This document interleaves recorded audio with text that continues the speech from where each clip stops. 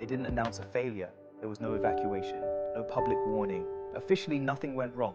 But inside the facility, the data told a different story, because what they built to contain the threat didn't collapse. It failed quietly, and that made it far more dangerous. Containment is a promise.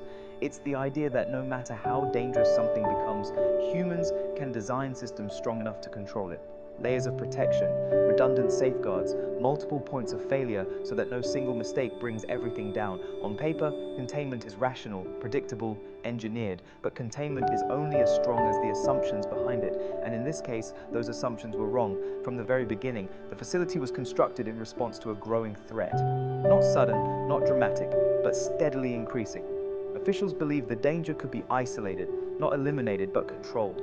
So the solution wasn't removal, it was enclosure, a site designed to separate risk from the public, to hold it in place, to monitor it indefinitely. The project moved quickly, timelines were compressed, budgets were negotiated, safety margins were optimized, and optimization is where problems begin. Early operational reports were reassuring, readings stayed within predicted ranges, systems responded as expected, containment barriers held.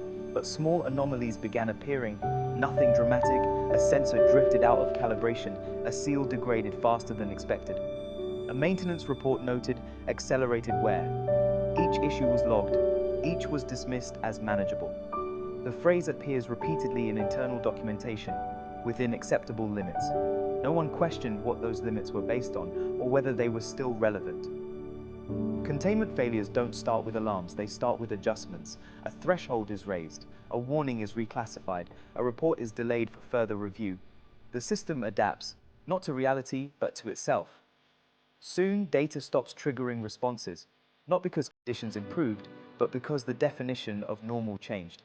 At this facility, that shift happened gradually, so gradually that no single decision can be blamed, which made accountability impossible.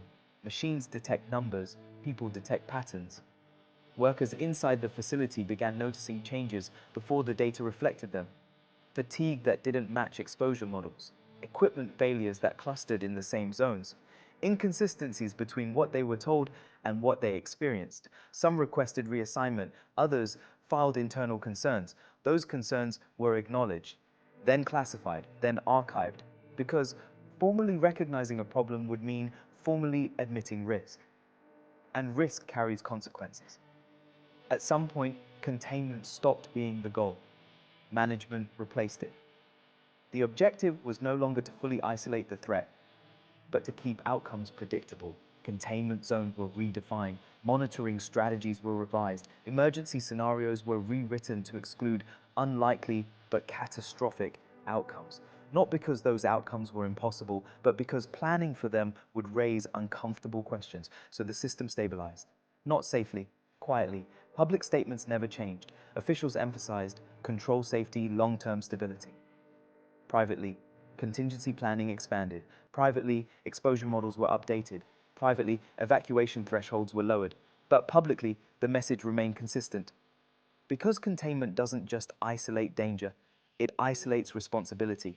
The most dangerous failures are not explosive, they are normalized. They become background conditions, managed, monitored, and quietly tolerated. This facility didn't fail because it was ignored. It failed because it was maintained long after it should have been questioned, because acknowledging failure would have meant acknowledging limits. And institutions built on control rarely admit they have any. They built it to contain the threat.